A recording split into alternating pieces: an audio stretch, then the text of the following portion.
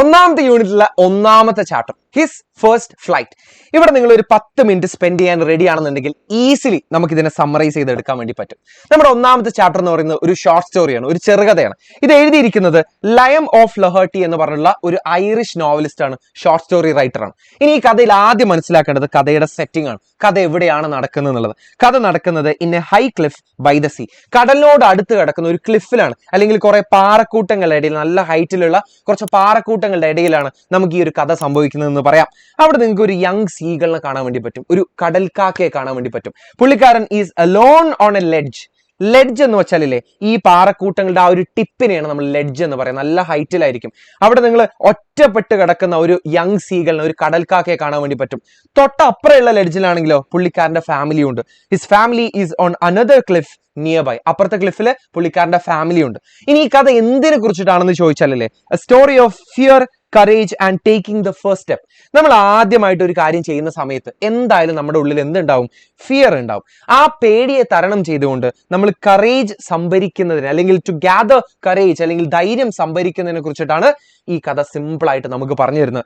The young seagull is afraid to fly unlike his siblings who have already done it. നമ്മുടെ കഥയിലുള്ള main character എന്ന് പറയുന്നത്, അല്ലെങ്കിൽ central character എന്ന് പറയുന്നത് ഒരു യങ് സീഗളാണ്, ഒരു കടൽക്കാക്കയാണ്. പുള്ളിക്കാരന്റെ പ്രശ്നം എന്ന് പറയുന്നത് പറക്കാനുള്ള പേടിയാണ്.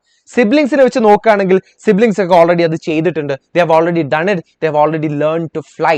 അവരൊക്കെ ഓൾറെഡി പറക്കാൻ പഠിച്ചിട്ടുണ്ട്. കഥയിലുള്ള മെയിൻ ഹൈലൈറ്റ് എന്ന് പറയുന്നത് ഈ യങ് സീകളുടെ ഒരു പേടിയാണ് നമുക്ക് കാണിച്ചു തരുന്നത്. He tries to fly but get scared by the sea below.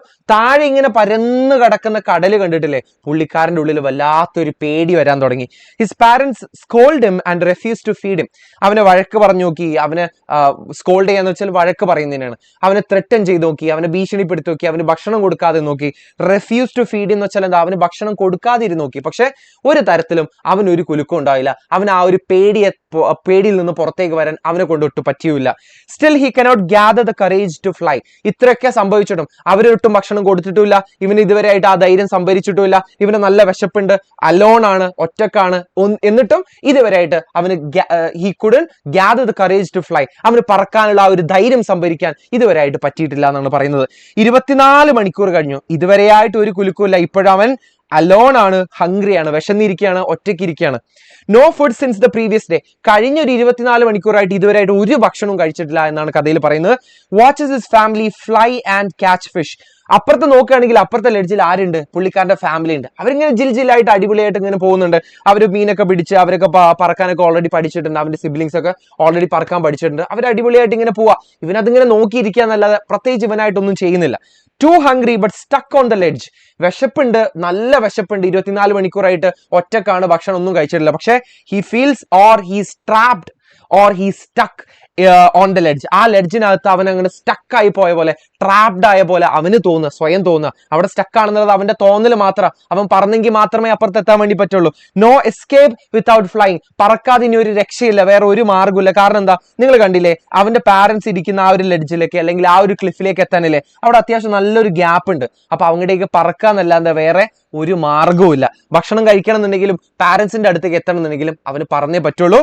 No escape without flying. ഇനി അവന്റെ അമ്മ ചെയ്യുന്ന ഒരു പരിപാടിയാണ് കഥയിലുള്ള ഒരു ട്വിസ്റ്റ് എന്ന് പറയുന്നത്, a temptation and trigger. His mother brings fish but stays just out of reach. അവന്റെ അമ്മ എന്ത് ചെയ്തു എന്നറിയോ? ഒരു കഷ്ണം മീൻ എടുത്തുകൊണ്ട് അവന്റെ അടുത്തേക്ക് അങ്ങോട്ട് പറന്നുപോയി. അമ്മ എന്ത് ചെയ്തു എന്ന് വെച്ചാൽ ഔട്ട് ഓഫ് റീച്ച്, അതായത് അവന് പിടിച്ചാൽ കിട്ടാത്ത ഒരു ഗ്യാപ്പിൽ വിട്ടിട്ട്, അല്ലെങ്കിൽ ഒരു ഗ്യാപ്പ് അവനും അമ്മയും തമ്മിൽ വിട്ടിട്ട് ആ ഒരു ഗ്യാപ്പിലാണ് അമ്മ വന്ന് നിന്നത്. അപ്പൊ അവൻ എന്ത് ചെയ്തു? അവൻ ആ ഒരു ആക്രാന്തത്തിൽ എടുത്തു ചാടി. Driven by hunger he jumps to get it. അവൻ ആ ഒരു മീന് കിട്ടാൻ വേണ്ടിയിട്ട് എയറിലേക്ക് എടുത്തു ചാടി. സ്വാഭാവികമായിട്ടും പറക്കാൻ അറിയാത്ത ഒരാളെ എയറിലേക്ക് എടുത്തു ചാടിയാൽ എന്ത് സംഭവിക്കും? He falls. അവൻ താഴേക്ക് വീണു. ടെറിഫൈഡ്, പേടിച്ചുകൊണ്ട് വല്ലാത്തൊരു ഭയത്തിലാണ് അവൻ താഴേക്ക് പോകുന്നത്. Then feels the air under his wings. ഒരു ബേർഡിനെ സംബന്ധിച്ചിടത്തോളം, when it comes to a bird, it is by natural instinct he could fly, or the bird could fly.